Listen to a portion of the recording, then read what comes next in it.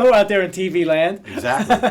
We are back at Jam-ology. This is Soul Pilot. I guess I'm Soul Pilot. That's Soul Co-Pilot. Exactly. Or Navigator, or what you want. That's Mr. Russ DeFilippis right over there. And Mr. Jeff Ganz.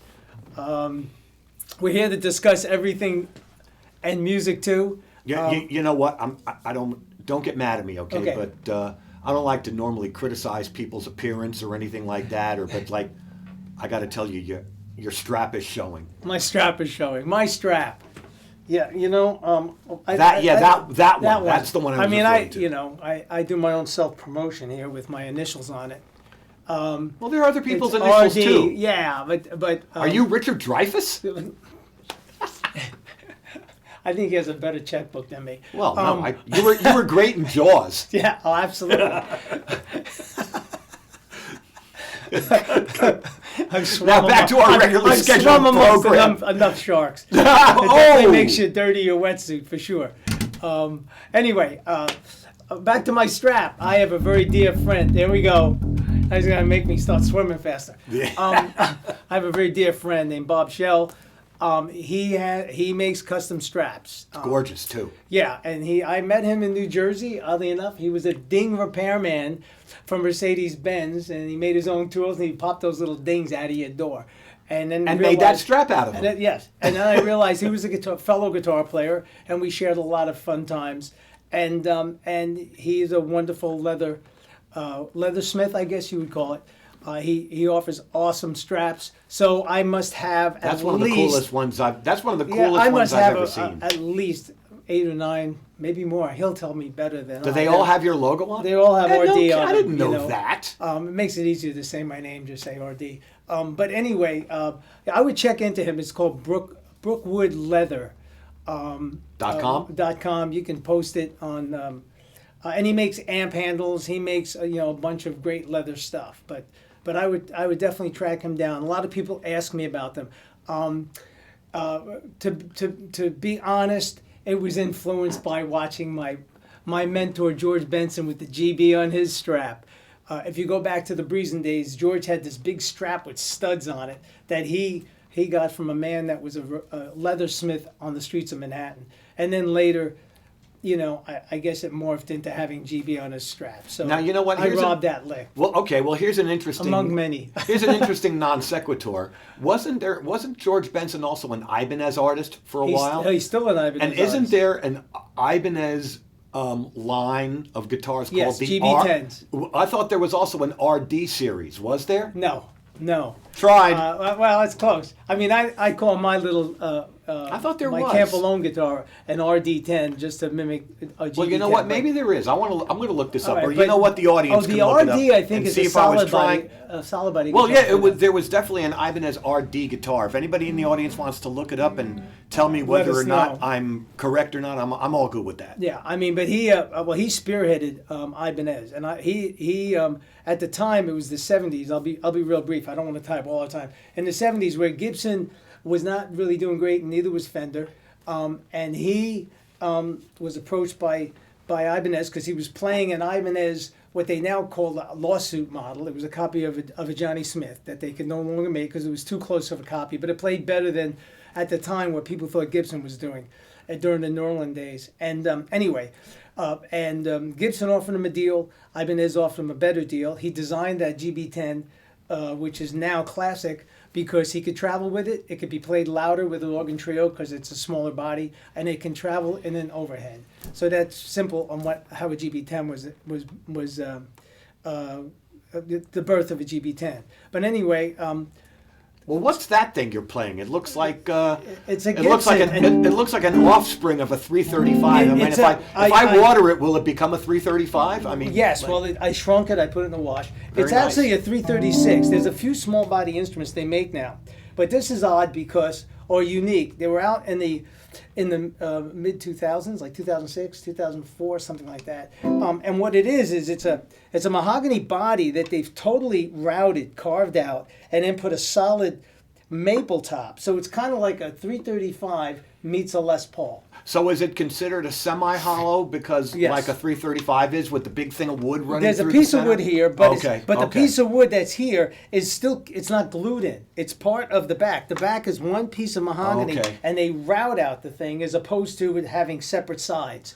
They gotta- just put binding to make it look uniform. Well, we played a concert this past Sunday, and that's the first time I'd seen it, and you sounded brilliant on it. Thank you. And you know what? Because I mean, these things behave very, very differently than solid body Fender guitars or jazz boxes. They just there's no two basses that are alike. I mean, as a matter of fact, this particular bass is called a Gibson EB3L, and the reason it's called L, it's because it's long scale. This is a 34.5-inch scale, and this was made during that dark era of during Gibson. the Norway Yeah, era. this is from the mid-70s. You can still get great things then. Yeah, I mean, every so often, I mean, I got you this get guitar. lucky. I had one in the past and foolishly sold it, and got this one not too long ago.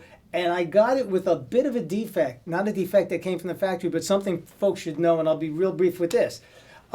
Whoever owned it previous hung it on a something that was a rubber hanger that you put on your wall, hanging guitar, but certain rubbers counteract with nitrocellulose lacquer. So the back had this melted line that went right through to the Wait a minute. You did that? So you I- refit? so It looks like factory perfect. Right. So what I did is I took down the original lacquer, and then I went to Stumac, which is a company that makes Stuart McDonald. Stuart McDonald, and I resprayed the back of the neck. So be aware when you have a Fender or a Gibson with nitrocellulose lacquer, where you lean it, what kind of strap you might let it lean against in the case, because certain rubbers, certain things will interact with your lacquer, and this just melted right through. Right to the raw wood. There was this line that went right through to the wood, and that's because the person who had this previous was unaware of things like that happening. Well, it's also awesome that you have the knowledge to take care of your instruments like that. Well, I mean, unless it's something really, really involved like fret jobs, I do all my own setups. I Right. try to do as much So do work I. on the I don't do instruments. fret And you know jobs. what? As musicians, whether you're a drummer, whether you're saxophone players, the closer you can get to your instrument by doing a lot of your own maintenance yourself, I personally think it makes you play better. It makes you play better, and you're also aware of the physics of the instrument. Absolutely. And that matters. It's just not a mystery that, guitar or bass, it's a matter of strings being lengthened or shortened to create the note. So simply, if you want to be have it be properly intonated, this note open should be this an octave higher, and if this area from here to here is too short, then this note's going to be sharp. So you have to back it off. Same thing with the bass. Same thing with the bass. This harmonic here should sound exactly the same as the note stopped. Right. And there's ways of doing that, these days with Moving the advent of bridges moving and it back and forth, like changing the actual length of the string From by the 12th adjusting fret the higher, bridge. and then this length is equal to this length from here to here is the same as from here to here. And it's almost, you can get it really, really close with the advent of electronic tuners Right, now without that a are doubt. completely commonplace and that are really, really inexpensive to get a good one. You can get a good one for like something like this now. for like $11. Right. Back in the day, you used the strobe. I still got one home. But this leads us into something else that we will be doing on the podcast, and that is chatting about product. Hopefully we will reach out to different manufacturers of guitars, basses, amps, pedals. Because we're both endorsing certain companies. As a matter of fact, do you remember when you were interviewing me about the 8-string bass Right. a couple of episodes ago? Well, I was trying to think of the name of this string because these strings, I'm a GHS artist, and these are the ground round flat, strings I was telling you about. The GHS name of them is Bright Flats. So they are- burnish to make it a little less noise. Correct. It's not exactly a flat wound, but it's not exactly a round wound. Correct. Okay. Correct. So we'll be doing that, discussing whatever guitars come our way, whatever basses come our way, whatever amps And we were come our talking way. about, you're asking me about the bass brace on the 8-string bass, and the company Hipshot I mentioned makes things like this. And that drops it down to a D? It drops it down, right. So here's basically what it does, or it can even drop it below. So basically it does this. So like if there's a low note below the lowest thing, you can use it either as part of but the line, or you just use the last note. Like if you're playing something in E flat, you can go like this. Okay, so then like it's an ending note. It extends the natural range of the instrument. So and how far does it extend? Just a whole step? Well, I have this one set up as a whole step. You can set them up however you like. Some people have them set up as thirds. Wow. Especially at a lot. Points, well, because what they've done is they refined it that there's certain double triggering that you can do. But this is the most common one, and most people set it up as down. And there's no modification to the instrument. No. Well, they make them retrofit for so many different gears now that you can pretty much plug and play, because you just replace what you have in there with what they send you. Well, they do that now with everything. You can get Clousons, which are the standard. I love those. I've always loved those Clouson gears. But you can get direct replacements. I remember way back when I had vintage guitars, and let's say your 53 Tele pickup got too microphonic. There was not much you could do about it. But now they get a replacement pickup, put the old one in the case so you don't lose the antiquity of it, and you don't have to have it re-dipped or rewound, and you're not modifying or routing anything. It's a direct replacement. And there's certain people that do real custom work. I mean, I'm a DiMarzio endorser, and they were one of the first people to do it, along with people like High A, which became Bartolini, right? Which but then you also have people Seymour like Lindy Duncan, Fralin and all those people, right? And then there's also people that are specifically working on things like, they're very good in the Gibson department. A fellow named Curtis Novak, who I became familiar with because of Andy Rothstein, who's a very brilliant sound and builder guy in New Jersey. He's the guy that actually rewired this particular bass. Now, and a few others. So you changed the bridge, the tailpiece on that. Well, this is an original Badass 1 bridge, and before Hipshot came out with their Gibson replacement bridge, which wasn't available then, at the time, this is the way that you can get the bass adjusted as close to what you want as possible. So, the Gibson bridges, you couldn't get individual heights. You could get string length, but you couldn't get individual heights. Okay. So you had to move the bridge around with the two screws that were in there, and it was kind of a Rube Goldberg all right, kind of thing. The other question is that's a Veritone switch that changes? Well, what it is it's not a Veritone switch. It's a pickup selector. This pickup, both pickups, and this pickup with a mute on it.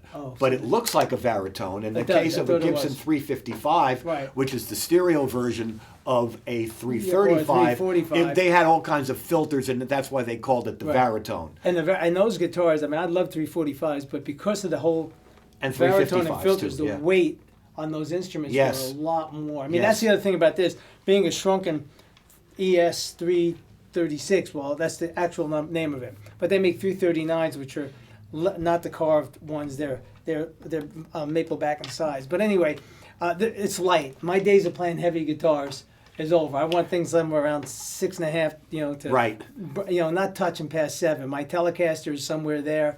Of course, my little jazz box is really light. But anyway, what's also interesting about the 345 and the 355, the most popular users of them were blues guitar players, mostly Freddie King and B.B. King. Yes. Because they wanted that nasal thing that the Veritone would do. But when they were first put out, there were ads with guys like Tony Mottola playing them. When it first came out, you can see old guitar ads in Guitar Player magazine. And, because, again, when we talked about in our previous chat, was that we came from the fusion thing. Well, what made us fusion?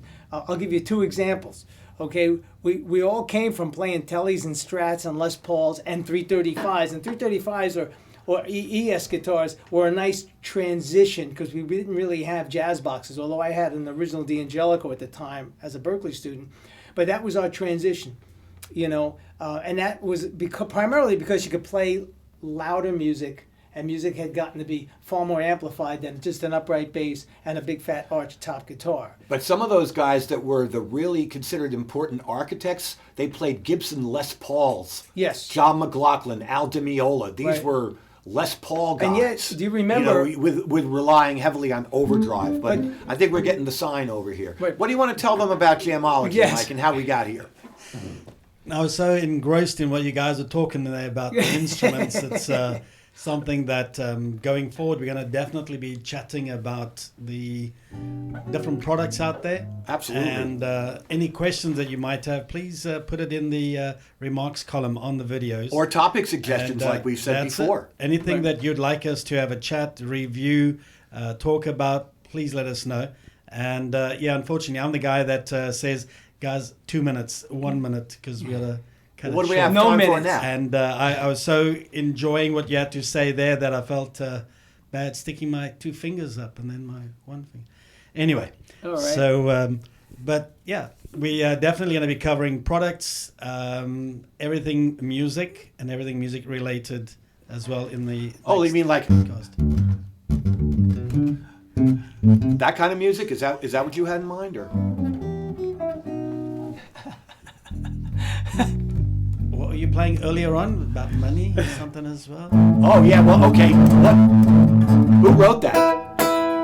You know that was written by Neil Hefti, Oh, was he? the same guy. We're the same spinning guy. off now. No, Neil Hefti was a very, very. Mike's heavy- gonna get the hook and pull us out. Are we out yet, or are we still on? No, we're still live. Oh my goodness! They heard all that. All right, no, let's save That's funny. that. Let's We'll save save that for the stuff next for one. later. The thing you were talking about. All right, we'll see you all soon. And Yes, thanks we- for, sooner thanks than for you tuning prefer. In. Yes, you know.